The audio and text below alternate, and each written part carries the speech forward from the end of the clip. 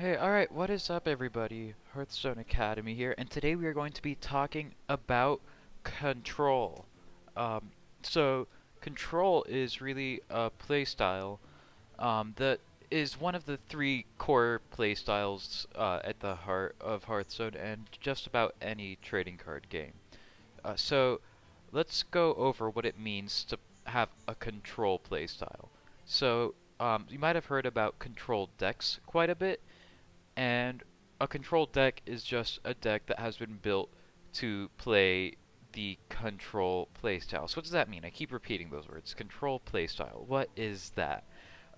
That's a good question, and that's one that we're going to answer throughout the video, and then we're going to go through a game actually using a control deck, and we're going to highlight the key components of the control playstyle as we go. So I'm going to go ahead and start the game now as we start to talk about what it actually means to be a control deck and to play a control game. So there are really four core types of decks. There are three main ones, and then there's also combo decks is technically an archetype. So that would be a deck, sort of like Shutterwalk Shaman is a big one now. In the good old days, we had Patron Warrior was a big combo deck. There's also let's see, yeah, we want to do this. Then there's also Miracle Rogue could be classified as a combo deck, and those are decks that just try to win off of some crazy combination of cards that gives them a huge advantage at some point in the game. And they try to just survive until they can play that combo. So, those are combo decks. So those are kind of in their own category. The three other types of decks are aggro, mid-range, and control. So I'm going to go into more detail about what aggro and mid-range are in other videos. But for right now, all you really have to know is aggro decks try to kill you fast.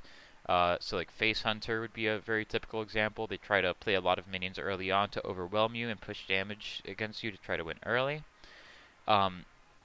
Mid-range decks have try to curve out, and they don't really play aggro, but they're also not control.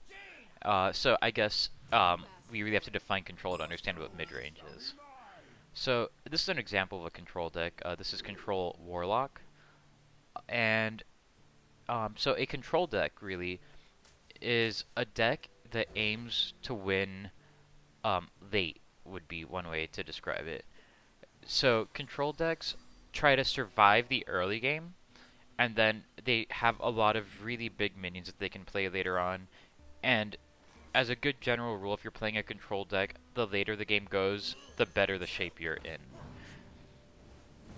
So, so in contrast to a lot of aggro decks that try to win really quickly because they don't have a lot of big minions, so if the game gets to go too late, they can't really do a whole lot. They'll end up usually with an empty hand.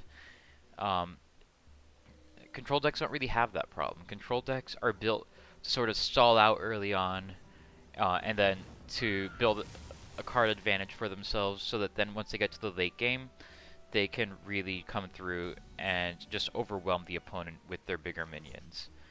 So, for example, in this deck, we have quite a few, um, minions and things that we can do late in the game to really win us the game. Um, so we have two Void Lords, two 9-cost minions. You'll never see 9-cost minions in an aggro deck. You'll never even see 7-cost minions. You might see a Leroy Jenkins. That usually be the highest cost minion you'll find in an aggro deck. They tend to have a lot of cheap minions, and not be too flexible. So one thing that people say about control decks is that they tend to require more skill to play. And I mean, in some ways that's true. It Yeah, this is kind of a weird turn. So this is a tempo mage, it looks like. So they usually play a Luneth. So I want to save my ooze for that. But I can't really tap because then I'll be at 10 cards and then I'll overdraw. So I kind of have to do something sort of like this, which I wouldn't normally do, but gotta stay. It's better than doing nothing, right? Maybe. Anyway, um, So as I was saying, with aggro decks, you'll usually have cheap minions. Control decks will usually have a good amount of board clears to survive early on. So in this deck, we have Defile, we have Doomsayer, um, we have some Stonehill Defenders to survive the early game. We have Hellfire. Really, a lot of tools to help us survive early on. Whereas in a if you're playing an aggro deck, you would have none of these. What you'd have is a lot of minions, a lot of them with charge, a lot of spells to do damage to the face. You'd be at your best when um, you'd be at your best when let's see what this is. Is it okay? So this is probably a counter spell. Oh no, explosive rune. Okay, I'm fine triggering it there. My health is getting pretty low. Um,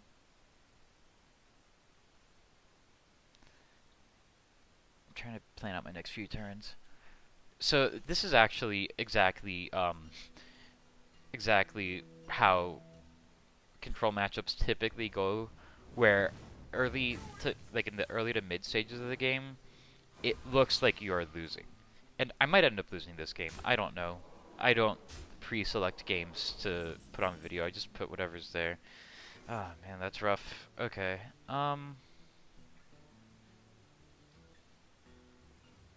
So this isn't going to actually get anything from the deck because I already drew my two Void Lords. So there's a very good chance I lose this game. I could lose it this turn, actually. I probably will lose this turn if he has Fireball. And I imagine he does at this point. So this is probably going to be a good example of an aggro deck beating a control deck in the early game. Look, it's turn 5, it's about to be turn 6, and really there's really still not a whole lot. Yep, there's a Fireball. So really, this is one of the pitfalls of control decks, is if you don't draw into your answers um, against an aggro deck, you lose. You just lose. It's really that simple. If I had a Hellfire, I could have survived. If I was able to save my coin for a turn, and I didn't draw the Void Lord, I could have possessed Lackey coin. Then I could have killed my possessed Lackey, restored 8 health, and gotten a Void Lord on the board. That would have completely turned the game.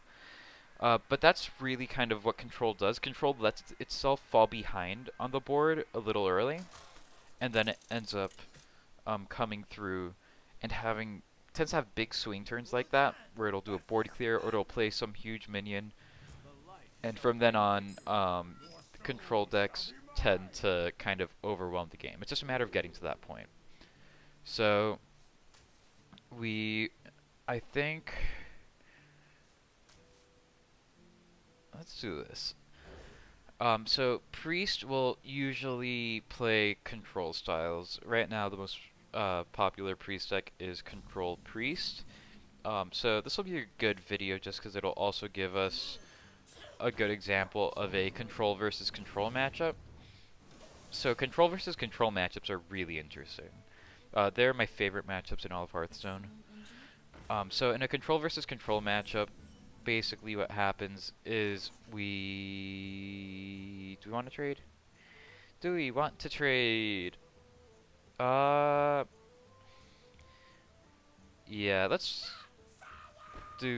Yeah, let's trade. Alright, perfect. That'll get this up to 7 damage. Love it. So, in a control versus control matchup, as I was saying, a lot of times it comes out to who can get the most value out of their cards. A lot of times it'll come down to, because both players kind of like strive for this end game, right? They both kind of like try to survive till the end. So then it really comes down to a question of what they can actually do at the end of the game. And nobody's going to try too hard to kill the other person. The goal of a control deck in a control versus control matchup, your goal is to basically starve the other player out of resources, out of time.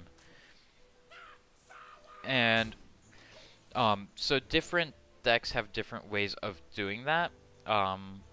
So, for example, this deck has Rin, the First Disciple. This is a completely useless card in aggro matchups, because with an aggro matchup, you win anyway if you survive long enough, because you just have bigger minions. In a control matchup, that is not exactly the case. What do you want to do here? Can tap and then play Stubborn Gastropod? Do you want to play Stubborn Gastropod, or let's do Plated Beetle? Let's see. We want to always think about what board clears the opponent can play whenever we put down more than like 2 minions. Not too worried about anything here though. So Rin the First Disciple is the way that this card beats other control decks. Every control deck needs to have a strategy against aggro and against control. So against aggro, really our plan is to use our board clears and our healing to stay alive long enough that we can play our big minions. And against control, this particular deck, Warlock, Control Warlock, tries to win by playing Rin the First Disciple. So what Rin does is really cool card if you haven't seen it before. Its death rattle is to add a card called the First Seal to your hand. 5-cost spell, summons a 2/2, but then it gives you a card called the Second Seal. You play that, summons a 3/3, gives you a card called the Third Seal, summons a 4/4, gives you a card called the Fourth Seal, summons a 5/5, gives you a card called the Final Seal, summons a 6/6, and that gives you a card called Aziri? I don't remember exactly what it's called, but it's a 10-cost, 10/10 battle cry to destroy your opponent's deck. So, as I'm sure you can imagine, you basically win at that stage of the game. So let's see what we can get out of our friend Stonehill. So this is actually, I think, so we already have one of these in our deck, but this is our win condition, because we're playing against another control deck, so we have to acknowledge we're playing against another control deck. And the way that we win isn't by surviving. If it was by surviving, I'd choose one of these, but we win by starving them of resources. So getting this card early on will allow us to starve them out of resources even faster. So we can go ahead and tap. I should have tapped before playing, but what are you going to do? So yeah, so you have to, whenever you build a deck, you have to think about how you're going to be aggro decks and how you're going to be control decks. Those are really the two big different play styles. Um, like I said, there's mid-range. Mid-range is sort of in the middle. It doesn't try to kill you really, really early on the same way aggro does. Aggro from turn 1 will be going straight for damage to your face, trying to build up a board, trying to kill you fast. Mid-range is really sort of a mix of those two, where it'll, against aggressive decks, it'll try to survive and starve them out, whereas against control decks, it will try to, oh, okay, well this is actually not bad. We can play one now, and I assume he will try to silence it, and then we can play the other one next turn.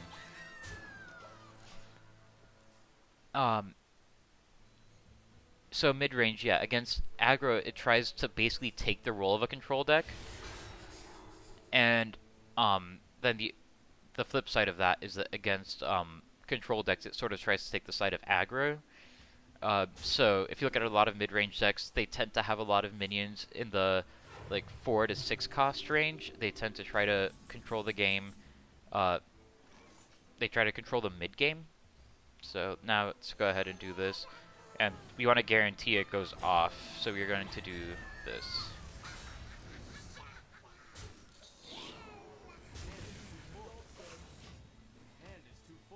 Nice, so he's overdrawing. So now really, in this control versus control matchup, our goal is to starve him out of resources.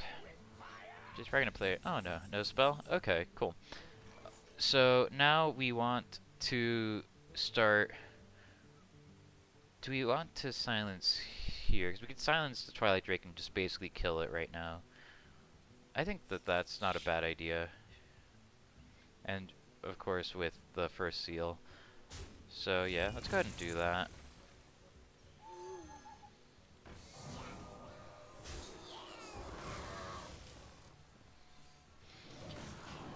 So now this is the win condition for this deck in control matchups. but against aggro and mid-range cards, Rin is basically useless. It's just an overcosted taunt in those decks, because we're never going to win by this condition, because if it gets to that point, we would have won anyway. So, in the late game, um, every control deck needs to have a win condition versus other control decks. That's a good general rule to live life by. And at this point, we could do the second seal. Um, yeah, we want to really rush our seals out. We want to, because that's gonna be how we win. And then let's go ahead and do that and force him to trade. So, so every deck sort of has that condition. Every control deck. We have Fatigue Warrior tries to win by getting so much armor that it'll just outstall anybody else and the opponent will go into fatigue. Also does that by putting cards into his deck. Then we have Control Mage wins by using her Death Knight card, and then she has lifesteal, so she survives in the late game, and she can just summon water elementals at will. So every control deck sort of has something like this. So we're gonna overdraw next turn. It's not ideal, but we already have Blood Reaver Gul'dan, which is very important for us. In control matchups specifically. So Blood Reaver Gul'dan is a card that isn't that helpful in an aggro matchup, but in a mid-range or control matchup can be really big. So right here, this is interesting. We can see that the priest has sort of shifted gears, right? So before he was playing sort of a control style, trying to draw, trying to not really worrying about the board state too much, like just trying to like keep a good hand. But once he saw I was getting all these seal cards off, he knows his time is limited, so he's becoming very aggressive. He's going to try to start doing a lot of damage to me. And of course we don't want that. So we're going to go ahead and play it safe. Let's start keeping our life up. Let's start killing things. And so now next turn we're going to be able to play our Azari the Devourer. And this is a ridiculously broken card. Of course, you have to play a bunch of overcosted seals to get to it. But we finally got it. And we were able to do that because we were playing against another control deck. You'll find in aggro matchups, you can very rarely do that. Because in an aggro matchup, you're usually gonna have a bunch of threats put on the board really quickly. Your life is going to be drained away so fast. You're really just not going to have a chance to do that at all. But because this was a control matchup, we were able to. So it's good we healed before, because our health is so low right now. Let's go ahead. I don't think Priest already played a Mind Blast from Shadow Visions, and one from his deck. So he has, at most, one more Mind Blast. So I think if we put this out, we'll survive. We could play it safe and play Blood Reaver Gul'dan, but no demons have died yet. Maybe a 2-cost or a 3-cost one. So it's basically a question of how greedy we want to be. We could also do Plated Beetle, and then Lesser Spellstone.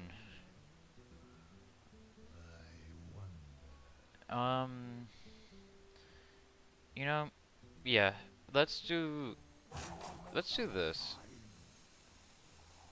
We're gonna do that, because that'll upgrade this, and then we can kill our own Plated Beetle, and that'll give us 5 health and 3 armor. So there's basically nothing that the priest can do now to win. So that seems like a very weird play. It is in almost any circumstance. But in this case, our only goal is really just make sure you survive that priest's last card. And this is a really good example of a control versus control matchup. So overall, I think that this gives a good taste of what control tries to do. In a control versus aggro matchup, they try to survive in the early game. They try to just barely get by and then overwhelm them with their big minions and big spells later on in the game. In a control versus control matchup, they try to get more value out of their cards. They try to get kill more minions in their board clears. They try to get better trades. They try to really make more use out of every card because every card is a resource, and in control versus control matchups, those resources can run out. So that's really it for this video. I hope you have a little bit more perspective for what a control deck is, how to play it, and control decks tend to be kind of expensive. This one's relatively cheap as far as control decks go. It has, I think, three legendaries only, as or no, yeah, it's three. It just has Rin, Lord Godfrey, and Blood Reaver Gul'dan. Also has two Epic Zone, two Void Lords. Control decks do tend to be kind of pricey to build, so a lot of people tend to start playing with aggro or mid-range decks. There's nothing wrong with that. Aggro and mid-range definitely have their place in the meta, but I think control is the most fun playstyle for me personally. There are so many decisions you have to make. It's a lot about managing your resources more than it is about hoping you draw the right cards and getting lucky. So that's it for this video. I hope you enjoyed it. I will see you all next time.